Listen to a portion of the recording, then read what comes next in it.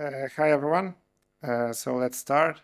I see there's plenty of you, so that's both good and bad. Good because you came to see my talk, bad because you're interested in legacy code in Flutter, which means that you probably need to solve some issues in your code bases. So a few words about me. My name is Marcin Chudy. I'm a senior Flutter developer at LeanCode. I've been doing Flutter for almost 6 years now. And I also work with some other technologies beforehand.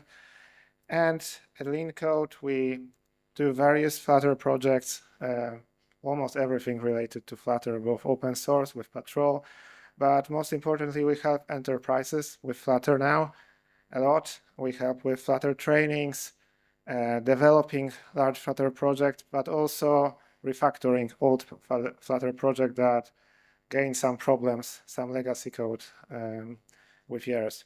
So this talk will be mostly case study based, from a story for one of our clients, but also I include some other stories from some other projects. But first, let's look at some general Flutter architecture, how it can look like. So you probably all know this type of architecture. So this is what you get when you run Flutter create. You get some Dart package with some folders, with features, with some common UI components. You have one pubspec.yum with your dependencies. Things are pretty simple. But that's how some enterprises start with Flutter, but many of them actually do it in another way. So they do add to app. So they don't want to rewrite everything to Flutter. They want to invest in Flutter, but do it slowly. So this is what you encounter in many enterprises, in fact. And this is more complicated because now you have to connect to native code. You need to add this extra layer. So you get more problems along the way. But it can get even more complicated. So this is also inspired by what we've seen at one of our clients' project. So this is where we actually have two Flutter apps, you might notice. So we have one Flutter app that's fully Flutter on the right, and we have some native apps that include some Flutter code via module, via add to app. And of course, as we use Flutter, we want to share some features between them. So we have some set of shared packages. And of course, if you have shared code between multiple apps, you need to solve more architectural problems. But now going to the case study architecture. So this is architecture from one bank that I'm currently working for. And here the idea is completely different. So here the idea is that we have two native apps that are on the market used by customers, and they are for two different branches of their business. And it's inconvenient for some clients to have to install both apps and use them. So what they thought about doing is rewrite those. So we have to deal with three apps here. And they want to rewrite those to a single Flutter app. So replace two native apps with a single Flutter app. And to do it, also all features that are rewritten to Flutter, I also ported back to those native apps. So those native apps also use Flutter, the same code that the new app also uses. And at some point, this will replace the native apps. So my point here is, if you have this kind of setup instead of a single Dart package with a single pubspec that you don't have to deal with a lot of issues, you are much more likely to end up with some spaghetti code in the end. And to look at the scale of all of that, there are over 50 Dart packages in that project. So this is roughly the amount you see on the screen. And to make things even more complicated, the way they set this up is by using a separate Git repository for every package. So we have over 50 Git repositories that you have to commit to. to push new code. We'll get to that problem later on during the talk. But let's look at the process when you are asked to audit, to look at that project and identify some issues. First, you see that you have a lot of repositories, but now let's look at one of those repositories, see what's inside on a bit lower level before we get to the higher level stuff. So you might immediately notice some code quality issues. A common code smells that you all know is that there are some long files, methods, widgets, a lot of duplication. So this is not real code. This is AI generated, in fact. But this is something that really exists in many production projects. Another issue might be that the formatting is not enforced. So if you start a new Flutter project with Flutter Create, if you quickly set up the CI, you might have forgotten about enforcing Dart format. And you end up with a lot of misformatted code, which is not a huge deal. That really breaks the application. But those bad practices pile up, and then they cause other issues. A lot of commented out code, which is almost always a bad thing, because you might think how many times you commented some code with a to-do, and you actually uncommented it. Maybe sometimes, but certainly not always. Another issue that's typical if your design system is not well developed, well thought through, is that you end up with you can see a lot of duplicated design system components. Something that should be in a design system, like button, like card, like some list style, that will be used in many places. But for some reason, it got hard-coded only in one place. And it's either hard to extract, or someone who writes another feature that uses this doesn't even know it exists somewhere else, because it's hard to search for such things. You can see also some hard-coded data here, like hard-coded URLs, numbers for paddings and stuff. So many bad practices. So if you see this as a developer, what do you think? You think that let's just delete it, let's start from scratch. No need, I don't want to bother with that. But the business will come to you and say, that's not a chance. We're not going to rewrite everything. You need to fix what's in there, because we need to release the app in a couple of months. And most of the stuff is somehow working, right? But it's harder and harder to add new features. So what do we do? So definitely the first thing that you want to do is stop the bleeding. What do I mean by that? So enforce those new practices that we will develop on the new code that is being merged to the repositories every day. So we cannot fix everything that's in there at once. That's just not going to happen. Let's be realistic. But we can at least stop the new code to follow the same bad practices again and again. And so if we look at those 50 Flutter packages, we will probably actually notice that only some of them are really being developed. So only a bunch of them had a PR merged in last month, let's say. And some of them will be somewhat developed, so they get some PRs merged in from time to time. And a lot of them are hardly developed. So they've been developed, they have some features. They're pretty much working somehow, only a bit of bug fixing maybe. But generally, those are not the problem right now. What you should also do is you should go to business and ask what are the plans for the next quarter, next 2 quarters. And you might learn that they are planning new features that will live in new packages.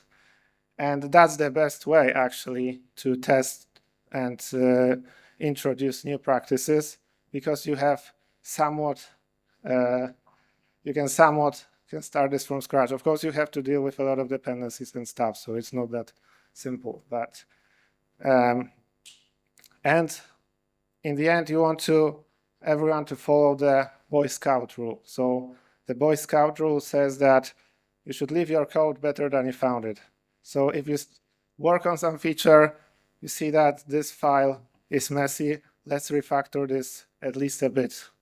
And this on its own, if you do it once, doesn't change anything, but if there are 50 Flutter developers doing this every day, this will start to make the difference later on. So how do we start with those code quality issues?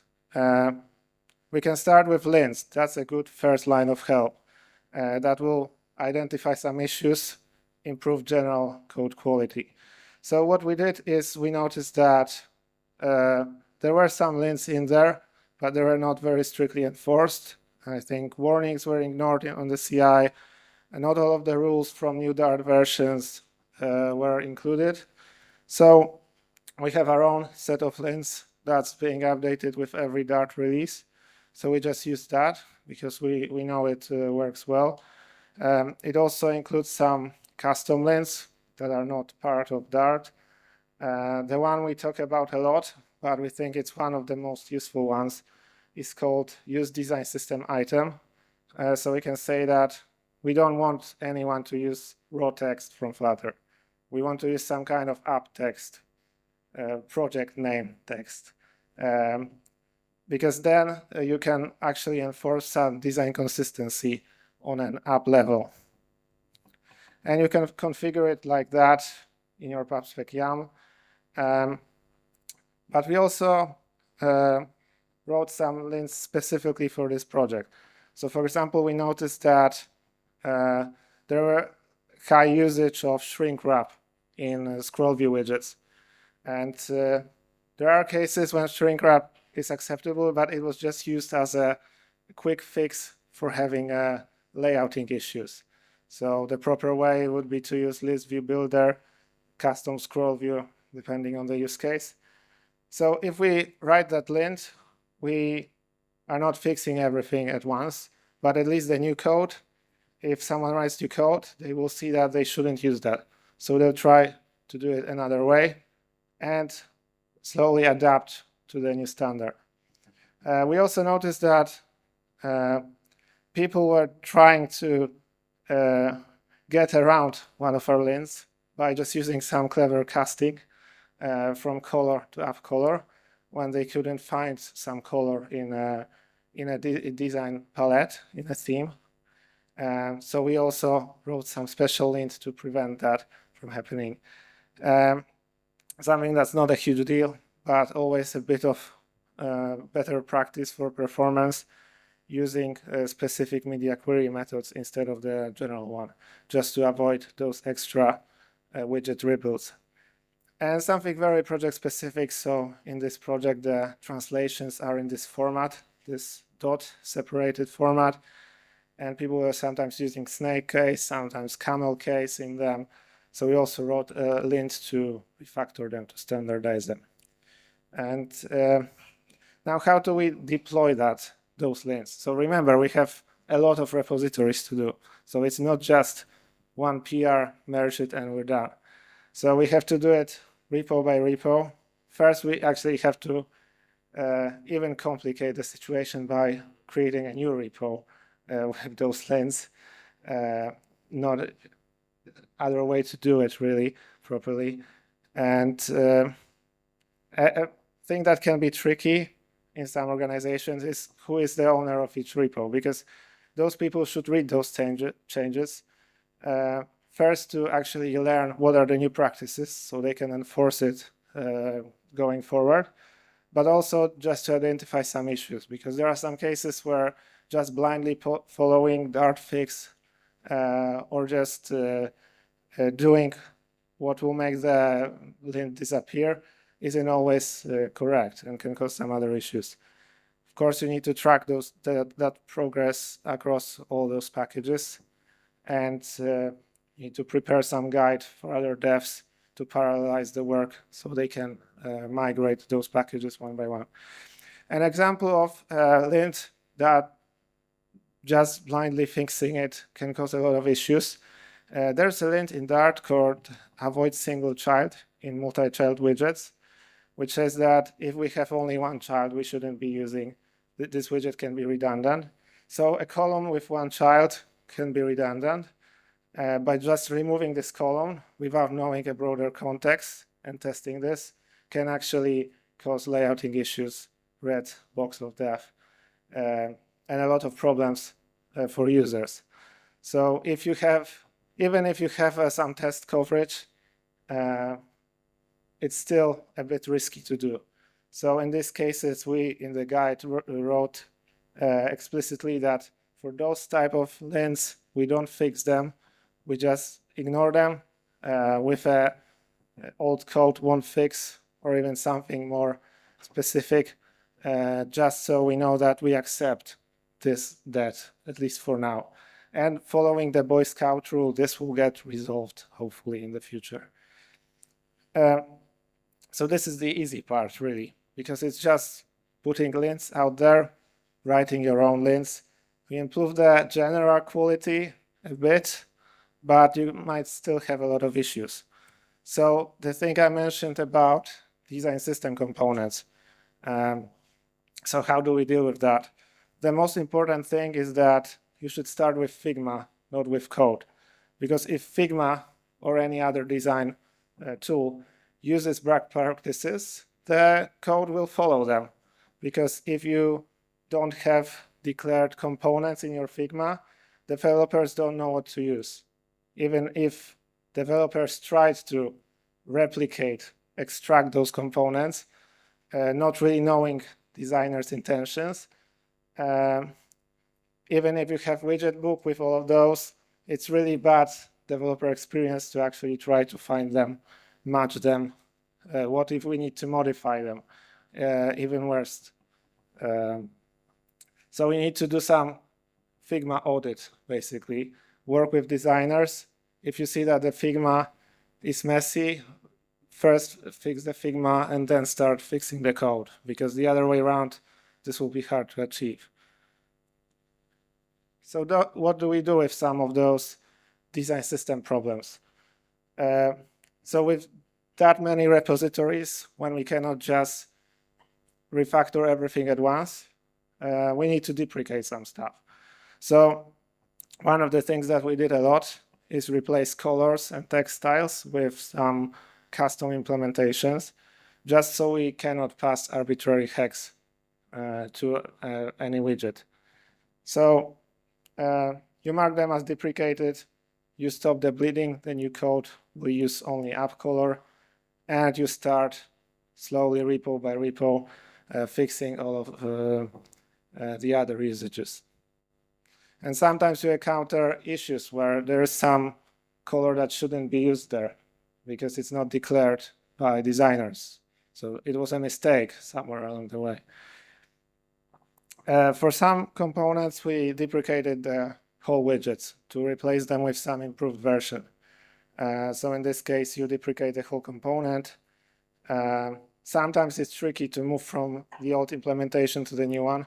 So initially, you leave those be, and you stop the bleeding. You start using new templates in the new code. We also did some, you also might want to do some smaller migrations, like just change the API a bit. So in this case, we're replacing the name of the component, the icon syntax to use some app icons, and some different syntax for declaring size. We also did something with spacings, because spacing are always an issue, because you typically use the size boxes, edge insets, and you can put in any double. And you are supposed to follow some 8-pixel grid or something else, but you end up with some height 13, height 12 in other place, and it's a bit of a mess. So we did those IP spacing syntax where you have declared sizes, and then you can use it for vertical spacing, horizontal spacing, all versions of edge insets, and so on. So you might be thinking, how do we do that refactor? So you might be thinking AI, but I'll show you something more predictable. and you can use AI to actually write those predictable scripts. There's a really nice tool called CodeMod. So CodeMod is something that works on abstract syntax tree level. And you can basically read the whole code. And you can do some replacements on the code. So if you know Analyzer, this should look a bit familiar, that you have visitor pattern with visit method invocation, visit instance creation expression, stuff like that. So those are nodes in AST, Dart AST. We're not gonna get into details. I just want to show you how this works. So this is a quick demo. So it's a script. So if you go through, this will replace all our buttons and spacings with the new syntax. And you can do it automatically by applying this so it doesn't ask you, or you can go case by case just to make sure, especially with some more tricky migrations. This one is simple, so you are not very likely to find some issues with those simple scripts. But this is very useful because that's automated, that can be tested. If you can ask AI to do that, but you never know if it's gonna work everywhere, and it's hard to review all of that code later.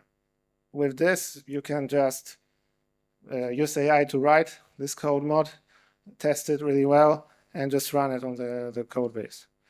And it's also good for, as I've said, some tricky migrations where you actually need developers to take a look and say if it's okay or not.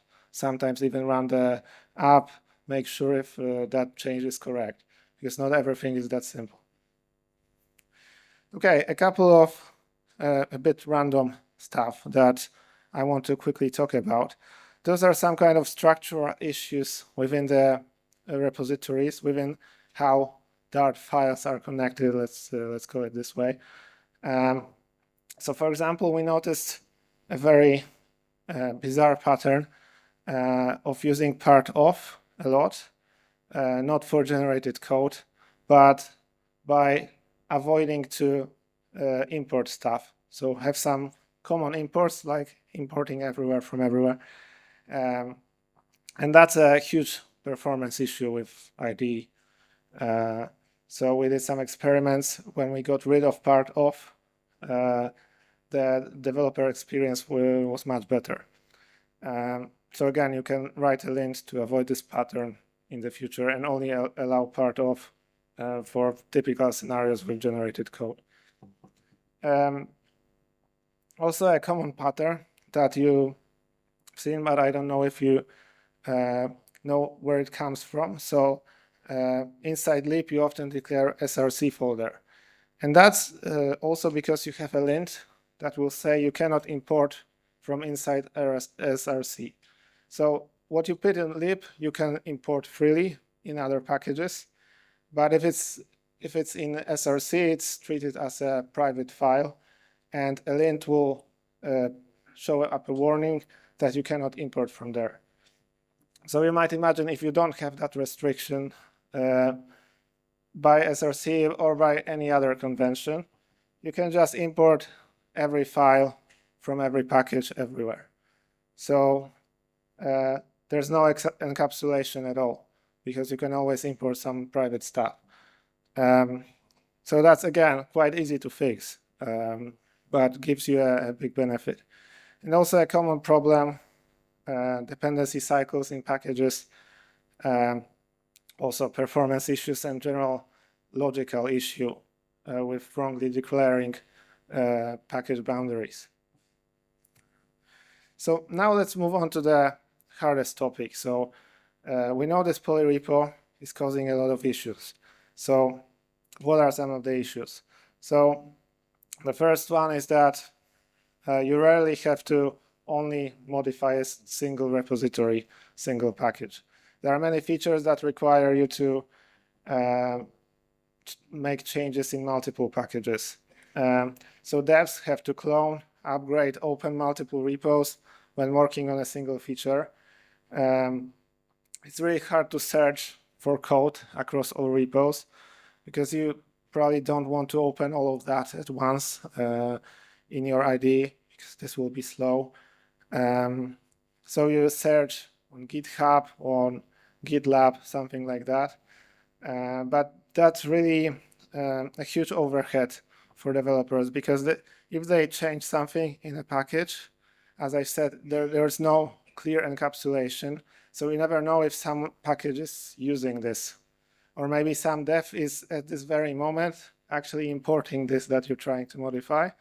And a PR will land in an hour before you finish your work. So it's really hard to track dependencies. And the most important significant issue is with the workflow. So let's look at that scenario. So you have some feature, and you need to modify 3 repositories, 3 packages.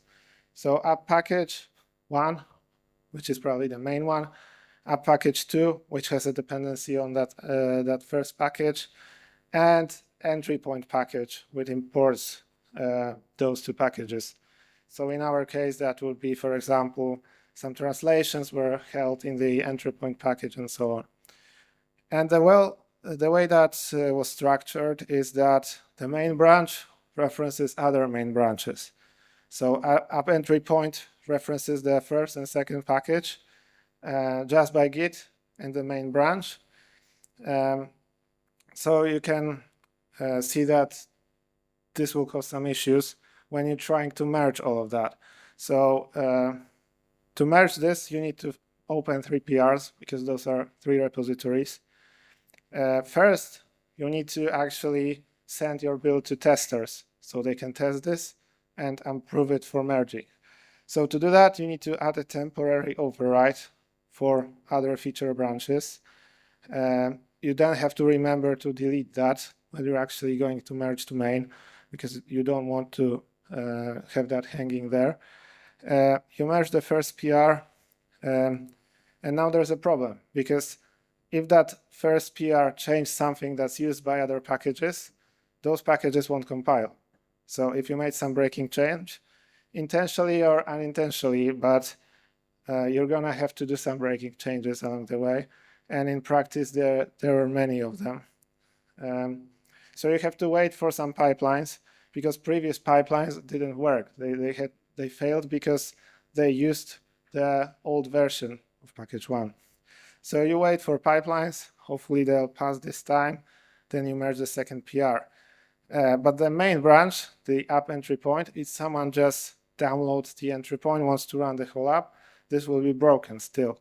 So we need to wait for pipelines for the main package, merge it, and then we're done.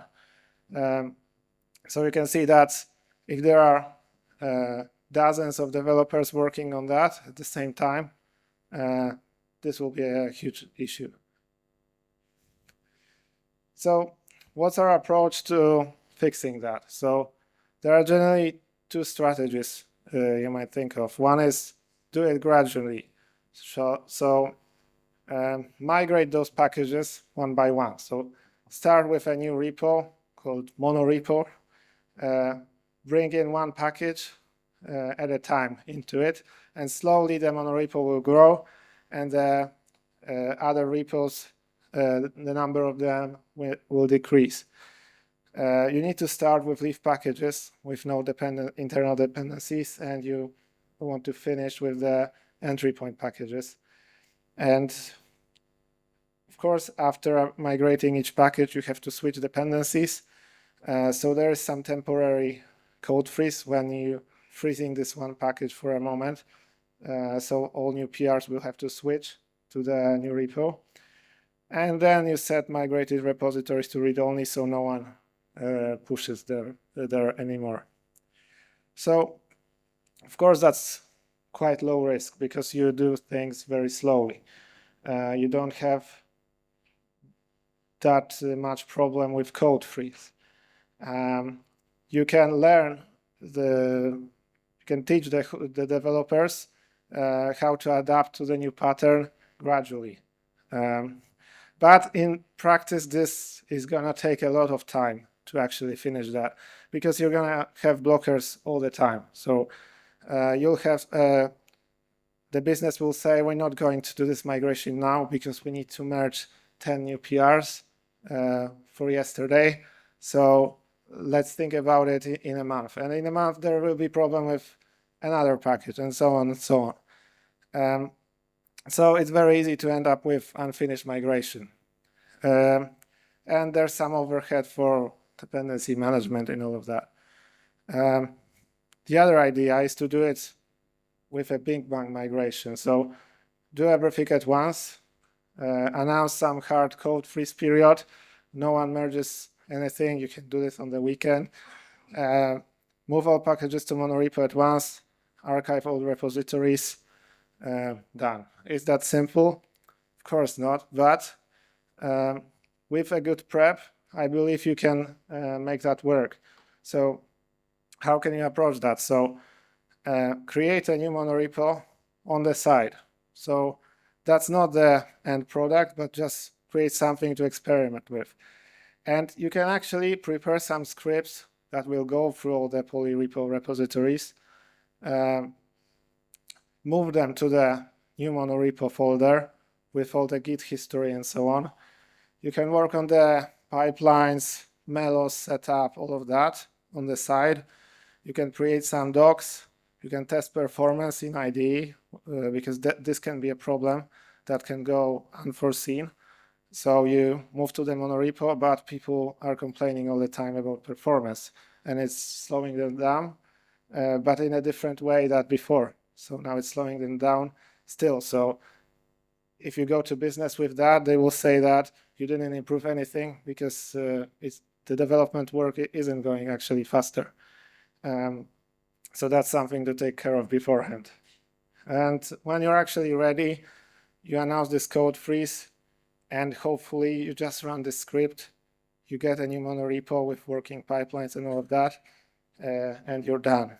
And people will have to move their PRs to the new structure, but you can also help them with some scripts. So with that, this is high risk, high reward strategy. So we get immediate benefits. We have clear transition, but we need a really hard code freeze. We have high risk that people will get blocked, and we'll have to get back to the polyrepo structure. And then again, we'll have to explain it to the stakeholders that we really want to try that the second time, and this time it will work. And problem with knowledge sharing, that is a very steep learning curve because developers are used to working in a specific way, and then suddenly one day they're asked to do it completely differently. So this will also slow them down a bit at the start. So how do we put all of that together? So of course, that's not everything that you have to deal with. I tried to show you some interesting examples that might not be obvious, and you can only see them in some projects. Some projects in the world are doing stuff that's hard to think about. And of course, it's a consequence of many decisions along the way. So I try to put it in some kind of framework. So if you're asked to deal with legacy code, to refactor Flutter Codebase, how to approach that? So I thought of a pyramid as a good depiction of that process.